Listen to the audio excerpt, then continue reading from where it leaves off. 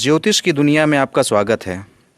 यदि आप ज्योतिष सीखना चाहते हैं तो मेरे इस चैनल को सब्सक्राइब कीजिए, और यदि आप चाहते हैं कि वीडियो अपलोड होते ही आपको सूचना मिल जाए तो अलार्म बटन को ऑन करें, और यदि आपको वीडियो पसंद आए तो लाइक और शेयर करना न भूलें। नमस्कार, मैं आलोक तिवारी आपका अपने इस चैनल पर स्वागत करता हूं और ज्योतिष सीखने की श्रृंखला को आगे बढ़ाते हुए आज हम पुनः आपके सामने एक नया वीडियो लेकर के प्रस्तुत हुए हैं। तो सबसे पहले यह देख लेते हैं कि आज की वीडियो में चर्चा का विषय क्या है, आज हम कौन से बिंदु पर बात करने वाले हैं। प्रस्तुत है आज के वीडियो में चर्चा का विषय विपरीत राजयोग। जी हाँ, आज हम इसी के बारे में संपूर्ण चर्चा करने जा रहे हैं कि विपरीत राजयोग क्या होता है, यह कैसे बनता है, कुंडली में इसे कैसे देखें, इससे क्या क्या लाभ प्राप्त होते हैं। कुंडली में बनने वाले अशुभ योग के शुभ योग में परिवर्तित होना विपरीत राजयोग कहलाता है। यदि आपकी कुंडली में कोई अशुभ योग बन रहा है, लेकिन वह अशुभ योग किसी कारणवश, किसी परिस्थितिवश शुभ योग में परिवर्तित हो जाए तो यह परिवर्तन विपरीत राजयोग कहलाता है। क्यों विपरीत राजयोग कहलाया? अशुभ से शुभ हो गया, विपरीत हो गया, विपरीत परिणाम प्राप्त होंगे। जहां अशुभ परिणाम प्राप्त होने थे वहां अब शुभ परिणाम प्राप्त होंगे। यह विपरीत हो गया, इसलिए इसका नाम विपरीत राजयोग पड़ गया। विपरीत राजयोग अत्यंत लाभकारी एवं शुभ फलदायक योग होता है। जिस भी जातक की कुंडली में विपरीत राजयोग बन जाए उसके जीवन में विभिन्न प्रकार के लाभ प्राप्त होते हैं, क्योंकि विपरीत राजयोग अत्यंत शुभ फलदायक योग होता है। विपरीत राजयोग का अध्ययन अशुभ या त्रिक भाव से किया जाता है। त्रिक भाव क्या होते हैं? छठवां भाव, आठवां भाव और 12वां भाव, यह त्रिक भाव कहलाता है, जो कि अशुभ भाव के नाम से जाना जाता है। त्रिक भाव अशुभ भाव होते हैं। तो विपरीत राजयोग का अध्ययन अशुभ भाव त्रिक भाव से किया जाता है। विपरीत राजयोग बनने के नियम अथवा शर्त। विपरीत राजयोग का अध्ययन करने के लिए हम एक लग्न कुंडली ले लेते हैं। यह लग्न कुंडली मिथुन लग्न की कुंडली है। आइए अब हम विपरीत राजयोग बनने के नियम अथवा शर्त के बारे में भी जानकारी प्राप्त कर लेते हैं। विपरीत राजयोग बनने के क्या क्या नियम होते हैं, कौन कौन सी शर्त पूरी होने पर विपरीत राजयोग बनता है। त्रिक भाव का स्वामी त्रिक भाव में ही बैठे हों। त्रिक भाव कौन सा कहलाता है? छठवां भाव, आठवां भाव और 12वां भाव। इस तरह से त्रिक भाव का स्वामी अर्थात छठवें, आठवें, 12वें भाव का स्वामी त्रिक भाव में ही बैठे हों। इनमें इन्हीं तीन भावों में से किसी एक भाव में बैठा हो तो वह विपरीत राजयोग बनने का प्रथम शर्त पूर्ण होता है। लग्नेश बलवान हो और उनकी डिग्री प्रबल हो। यदि त्रिक भाव के स्वामी त्रिक भाव में बैठ भी जाते हैं और लग्नेश बलवान नहीं है, उनकी डिग्री कमजोर है, तो विपरीत राजयोग फलीभूत नहीं होगा। इसलिए विपरीत राजयोग बनने के नियम अथवा शर्त में लग्नेश का बलवान होना भी, लग्नेश की डिग्री प्रबल होना भी अनिवार्य है। लग्नेश नीच राशिस्थ ना हो। कौन से लग्न की कुंडली आप ले रहे हैं वह देखिए, उनके लग्नेश कौन हैं, लग्नेश किस राशि में जाकर के नीच राशिस्थ हो जाते हैं वह देख लीजिए। यदि लग्नेश नीच राशिस्थ हो जाते हैं तो भी विपरीत राजयोग नहीं बन पाएगा। इसलिए विपरीत राजयोग में लग्नेश का नीच राशिस्थ नहीं होना अनिवार्य होता है। लग्नेश त्रिक भावस्थ ना हो। यदि लग्नेश त्रिक भाव में आकर के बैठ जाते हैं तो वे कमजोर हो जाएंगे। यदि लग्नेश कमजोर हो जाएंगे तो विपरीत राजयोग नहीं बन पाएगा। इसलिए लग्नेश त्रिक भाव में ना हो। जब खराब भाव का स्वामी खराब भाव में ही बैठ जाता है तो उस भाव की खराबी को खराब कर देता है। इस बात को बहुत अच्छे से समझिएगा। जब खराब भाव का स्वामी खराब भाव में ही बैठ जाता है, ये तीनों खराब भाव माने जाते हैं, और इन खराब भाव का स्वामी इन्हीं किसी एक खराब भाव में बैठ जाए तो जिस भी खराब भाव में बैठ जाता है उस भाव की खराबी को खराब कर देता है। यह तो खराब भाव है, और यहां पर खराब भाव का स्वामी बैठ जाता है तो खराब भाव के स्वामी का काम ही होता है खराब करना। यदि शुभ भाव में बैठ जाता है तो उसकी शुभता खराब कर देता है, अशुभ भाव में बैठ जाता है तो उसकी अशुभता को खराब कर देता है। अशुभता खराब कर दिया मतलब उसकी अशुभता नहीं रह गई। इसलिए जब खराब भाव का स्वामी खराब भाव में ही बैठ जाता है तो उस भाव की खराबी को खराब कर देता है। ऐसी स्थिति में शुभ परिणाम प्राप्त होने लगते हैं। यदि किसी खराब भाव का स्वामी खराब भाव में बैठ करके उस खराब भाव की खराबी को खराब कर देता है, तो उस खराब भाव की खराबी हमारे जीवन पर नहीं आएगी। जब खराबी हमारे जीवन पर नहीं आई तो ऐसी स्थिति में शुभ परिणाम प्राप्त होने लगेंगे। गणित के नियमानुसार अब इसे हम मैथमेटिक्स के आधार पर समझते हैं, गणित के आधार पर समझते हैं।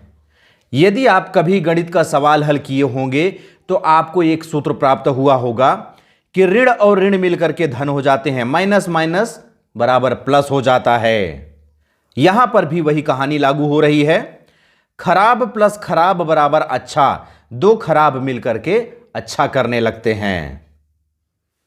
विपरीत राजयोग का विश्लेषण। आइए अब हम इस विपरीत राजयोग का डीप अध्ययन करते हैं, डीप स्टडी करते हैं। विपरीत राजयोग के विश्लेषण हेतु मिथुन लग्न की कुंडली ली जा रही है। आपके सामने एक लग्न कुंडली चार्ट है और यह लग्न कुंडली चार्ट मिथुन लग्न कुंडली की चार्ट है। मिथुन लग्न कुंडली के त्रिक भाव में बैठी राशियां एवं उनके स्वामी, हम जब भी विपरीत राजयोग देखते हैं तो त्रिक भाव से ही देखते हैं। इसलिए सबसे पहले क्या देखना होगा, त्रिक भाव में बैठी राशियां, त्रिक भाव में कौन कौन सी राशियां बैठी हुई हैं और उनके स्वामी कौन कौन से हैं। प्रस्तुत है आपके सामने क्रमवार राशियों की संख्या, राशियों के नाम एवं सभी राशियों के स्वामी ग्रहों के नाम। अब हमें त्रिक भाव में बैठी राशियां एवं उनके स्वामी ग्रहों का पड़ताल करना होगा। छठवां, आठवां, 12वां भाव। छठवें भाव पर 8 नंबर लिखा हुआ है, 8 नंबर अर्थात वृश्चिक, और वृश्चिक के स्वामी होते हैं मंगलदेव। छठवें भाव में वृश्चिक राशि और वृश्चिक राशि के स्वामी मंगलदेव। चलते हैं 8वें भाव की ओर। 8वें भाव पर लिखा हुआ है 10 नंबर अर्थात मकर राशि, मकर राशि के स्वामी होते हैं शनिदेव। 8वें भाव में मकर राशि, मकर राशि के स्वामी शनिदेव। अब चलते हैं 12वें भाव की ओर। 12वें भाव पर लिखा हुआ है 2 नंबर अर्थात वृष राशि, वृष राशि के स्वामी होते हैं शुक्रदेव। 12वां भाव, 12वें भाव में वृष राशि और वृष राशि के स्वामी शुक्रदेव। इस तरह से हमें यहां पर त्रिक भावों में बैठी राशियां और उन राशियों के स्वामी ग्रहों की जानकारी प्राप्त हो चुकी है। मिथुन लग्न कुंडली में त्रिक अर्थात 6वें, 8वें, 12वें भावों में क्रमशः मंगल, शनि एवं शुक्र हैं। मंगल, शनि एवं शुक्र। यदि मंगल, शनि एवं शुक्र जो कि त्रिक भावेश हैं, त्रिक भाव के स्वामी हैं, वे त्रिक भाव में ही बैठ जाएं, यहां किसी भी स्थान में बैठ जाएं तो विपरीत राजयोग बनता है। विपरीत राजयोग भंग। कई बार ऐसा होता है कि देखने में यह लगता है कि विपरीत राजयोग बन रहा है, त्रिक भाव के स्वामी त्रिक भाव में ही बैठे होते हैं, लेकिन विपरीत राजयोग का लाभ प्राप्त नहीं होता है क्योंकि वह भंग हो चुका होता है। कैसी स्थितियां आती हैं, किस परिस्थिति में विपरीत राजयोग बनता हुआ दिख करके भी भंग हो जाता है, आइए उसका अध्ययन कर लेते हैं। विपरीत राजयोग भंग होने की परिस्थिति ज्ञात करने के लिए अथवा यूं कहें कि विपरीत राजयोग कैसे भंग होता है, इसका अध्ययन करने के लिए हम पुनः मिथुन लग्न की ही कुंडली आपके सामने प्रस्तुत कर रहे हैं। मिथुन लग्न कुंडली के लग्नेश बुध हैं। यदि लग्नेश त्रिक भाव में बैठे हो तो विपरीत राजयोग भंग हो जाएगा। कुंडली के लग्नेश बुध हैं। यदि बुधदेव स्वयं आकर के त्रिक भाव में बैठ जाएं तो विपरीत राजयोग दिखता हुआ भी आपके ऊपर फलीभूत नहीं होगा, वह भंग हो जाएगा। यदि लग्नेश नीच राशिस्थ हो तो विपरीत राजयोग भंग हो जाएगा। इस लग्न कुंडली के आधार पर देखें तो इस लग्न कुंडली के लग्नेश बुध होते हैं। बुध मीन राशि में नीच राशिस्थ होते हैं। अतः यदि बुध मीन राशिस्थ होकर दशम भाव में बैठ जाएं तो विपरीत राजयोग भंग हो जाएगा। बुध मीन राशि में नीच राशिस्थ हो जाते हैं, यहां पर मीन राशि दशम भाव पर है, और यदि लग्नेश बुध दशम भाव में आकर के बैठ जाएं अर्थात नीच राशि में बैठ जाएं, ऐसी स्थिति में विपरीत राजयोग भंग हो जाएगा। लेकिन यहां पर आपको एक बात और बता दें कि बुध देव मीन राशि में बैठ जाने मात्र से ही नीच राशिस्थ नहीं हो जाते हैं। बुध देव मीन राशि में 1 से लेकर के 15 अंश के मध्य होते हैं, तब वे नीच राशिस्थ होते हैं। 15 अंश से ऊपर चले गए तो वे मित्र राशिस्थ हो जाते हैं। ऐसी स्थिति में विपरीत राजयोग भंग नहीं होगा। यदि आप उच्च एवं नीच राशिस्थ ग्रहों के बारे में विस्तृत जानकारी प्राप्त करना चाहते हैं तो हमारे चैनल पर उपलब्ध वीडियो देख सकते हैं। उसमें आपको उच्च एवं नीच ग्रहों के बारे में संपूर्ण जानकारी प्राप्त हो जाएगी। उस वीडियो का लिंक इस वीडियो के डिस्क्रिप्शन बॉक्स पर भी उपलब्ध है, वहां जाकर के आप उस वीडियो को प्राप्त कर सकते हैं। यदि लग्नेश की डिग्री कम हो, 0 से लेकर के 2 हो अथवा 28 से लेकर के 29.59 तक हो तो विपरीत राजयोग भंग हो जाएगा। ऐसा क्यों? यदि लग्नेश की डिग्री कम है, 1 से 2 तक है तो भी बहुत कमजोर हैं। अंत स्थिति में 28 से लेकर के 29.59 तक हैं तो भी अत्यंत निर्बल हैं। जब वे निर्बल हो गए तो ऐसी स्थिति में विपरीत राजयोग का लाभ प्राप्त नहीं होगा, विपरीत राजयोग भंग हो जाएगा। यदि लग्नेश सूर्य से अस्त हो तो विपरीत राजयोग भंग हो जाएगा। कभी कभी यह स्थिति बन जाती है कि लग्नेश सूर्य के बहुत नजदीक चले गए और अस्त हो गए। जब वे अस्त हो गए तो कुंडली से अस्तित्वहीन हो जाते हैं, कुंडली से लगभग गायब माने जाते हैं। ऐसी स्थिति में भी विपरीत राजयोग भंग हो जाएगा। अब यहां पर एक बात आती है कि कोई भी ग्रह सूर्य से अस्त कैसे हो जाता है, उसके बारे में विस्तृत जानकारी हमारे चैनल पर उपलब्ध है। उसे देख करके आप यह जानकारी प्राप्त कर सकते हैं कि कोई भी ग्रह सूर्य से कैसे अस्त होता है। उस वीडियो का लिंक इस वीडियो के डिस्क्रिप्शन बॉक्स में उपलब्ध है। उसे देख करके आप किसी भी ग्रह का सूर्य से अस्त होना समझ सकते हैं। विपरीत राजयोग के प्रकार।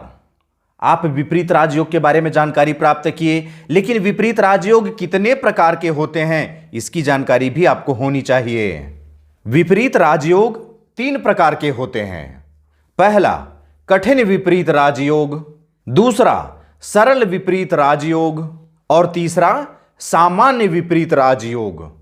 आइए अब इन तीनों प्रकारों को अलग अलग विस्तृत रूप से समझ लेते हैं। पहला है कठिन विपरीत राजयोग। जब षष्ठम भाव के स्वामी त्रिक भाव अर्थात 6वें, 8वें, 12वें भाव में से कहीं भी बैठ जाएं तो कठिन विपरीत राजयोग बनता है। यह बात ध्यान रखना होगा। जब षष्ठम भाव के स्वामी त्रिक भाव में से किसी भी भाव में बैठ जाएं, चाहे षष्ठम में ही बैठ जाएं, अष्टम में बैठ जाएं, द्वादश में बैठ जाएं, कहीं भी बैठ जाएं, लेकिन षष्ठम भाव के ही स्वामी बैठें, तो ऐसी स्थिति में बनने वाला विपरीत राजयोग कठिन विपरीत राजयोग कहलाता है। इसे कठिन विपरीत राजयोग मानते हैं। विशेषता, कठिन विपरीत राजयोग यदि आपकी कुंडली में बन जाता है या किसी भी जातक की कुंडली में बन जाता है तो उस जातक की क्या क्या विशेषताएं सामने आती हैं। इस योग के जातक शत्रुओं पर विजय हासिल करते हैं, चाहे जिस भी परिस्थिति में हो, शत्रु कितना भी बलशाली क्यों न हो, लेकिन जिस भी जातक की कुंडली में कठिन विपरीत राजयोग बन गया है वे जातक शत्रुओं पर विजय बड़े आसानी से हासिल कर लेते हैं। सौभाग्यशाली, प्रतिभाशाली, नामी व धनवान होते हैं। ऐसे जातकों को अर्थात जिन जातकों की कुंडली में कठिन विपरीत राजयोग बन रहा हो, ऐसे जातकों को अच्छे मित्र, परिवार, जीवन साथी तथा बच्चों का वरदान प्राप्त होता है। इसका तात्पर्य यह हुआ कि जिस भी जातक की कुंडली में कठिन विपरीत राजयोग बनता है उसके मित्र अच्छे होते हैं, परिवार अच्छा होता है, जीवन साथी अच्छे होते हैं, चाहे पति हो चाहे पत्नी हो, दोनों अच्छे होते हैं, तथा बच्चों का वरदान प्राप्त होता है। बच्चे भी अच्छे होते हैं, उसकी संतान भी अच्छी होती है, संस्कारवान होती है। जातक विलासिता तथा भौतिक सुखों से परिपूर्ण होते हैं। जिस भी जातक की कुंडली में कठिन विपरीत राजयोग बन जाता है उन जातकों में ये सभी विशेषताएं झलकने लगती हैं। दूसरा है सरल विपरीत राजयोग। जब अष्टम भाव के स्वामी त्रिक भाव अर्थात 6वें, 8वें, 12वें भाव में से कहीं भी बैठ जाए तो सरल विपरीत राजयोग बनता है। यह ध्यान रखिएगा, अष्टम भाव के स्वामी, 8वें भाव के ही स्वामी की बात की जा रही है। ये कहीं भी बैठ जाए, त्रिक भाव में से कहीं भी बैठ जाएं, 6वें, 8वें, 12वें में से किसी भी भाव में बैठ जाएं तो सरल विपरीत राजयोग बनता है। विशेषता, सरल विपरीत राजयोग वाले जातकों की विशेषता देख लेते हैं। इस योग के जातक किसी भी विपत्ति से लड़ने में सक्षम होते हैं। जिस भी जातक की कुंडली में सरल विपरीत राजयोग बन जाता है, उनके सामने कैसे भी विपत्ति आ जाए वे कभी घबराते नहीं हैं, विपत्ति से जूझते हैं और लड़ लड़कर उस विपत्ति को दूर भगा देते हैं। जातक हिम्मती व बलवान होते हैं। जब जातक किसी भी विपत्ति से लड़ने में सक्षम होता है तो स्वाभाविक सी बात है कि वह हिम्मती भी होगा, बलवान भी होगा। जब तक उस जातक के अंदर हिम्मत और बल नहीं होगा, वह किसी भी विपत्ति से लड़ नहीं सकता है। प्रत्येक संघर्ष से आसानी से लड़ सकते हैं। जिस भी जातक की कुंडली में सरल विपरीत राजयोग बन जाता है, उनके अंदर एक ऐसी क्षमता उत्पन्न हो जाती है कि वे प्रत्येक संघर्ष से आसानी से लड़ सकते हैं। उनके जीवन में चाहे जैसा भी संघर्ष आ जाए, जैसी भी घटनाएं घटित होने लगें, उन घटनाओं से, उस संघर्ष से वे कभी पीछे नहीं हटते हैं। आसानी से लड़ते हुए उस संघर्ष को ही पटकनी दे देते हैं। तीसरा है सामान्य विपरीत राजयोग। जब द्वादश भाव के स्वामी त्रिक भाव अर्थात 6वें, 8वें, 12वें भाव में से कहीं भी बैठ जाएं तो सामान्य विपरीत राजयोग बनता है। यहां भी ध्यान देने की बात है, द्वादश भाव के स्वामी की बात की जा रही है, 12वें भाव के स्वामी की बात की जा रही है कि 12वें भाव के स्वामी त्रिक भाव में, त्रिक भाव अर्थात 6वें, 8वें, 12वें भाव में से किसी भी भाव में बैठ जाएं तो ऐसी स्थिति में सामान्य विपरीत राजयोग बन जाता है। विशेषता, अब सामान्य विपरीत राजयोग वाले जातकों की विशेषता देख लेते हैं। इस योग के जातक स्वतंत्र प्रकृति के होते हैं। जिस भी जातक की कुंडली में सामान्य विपरीत राजयोग बन जाता है, वे जातक स्वतंत्र प्रकृति के होते हैं। किसी की गुलामी करना उन्हें पसंद नहीं है। सदैव प्रसन्नचित्त अथवा खुश रहने का प्रयास करते हैं। धन संचय में कुशल होते हैं और न्याय प्रिय भी होते हैं। समाज के लिए सराहनीय योगदान देते हैं। समाज के लिए ऐसे व्यक्ति कुछ ऐसा काम कर जाते हैं जो उनके लिए सराहनीय होता है और समाज के लिए लाभदायक होता है। सम्माननीय व्यवसाय, अच्छे आचरण और व्यवहार के लिए जाने जाते हैं। जिस भी जातक की कुंडली में सामान्य विपरीत राजयोग बन रहा होता है, उनके अंदर ये सभी विशेषताएं देखने को मिलती हैं। इस तरह से इस वीडियो के माध्यम से आपके सामने विपरीत राजयोग के बारे में संपूर्ण जानकारी प्रस्तुत की गई।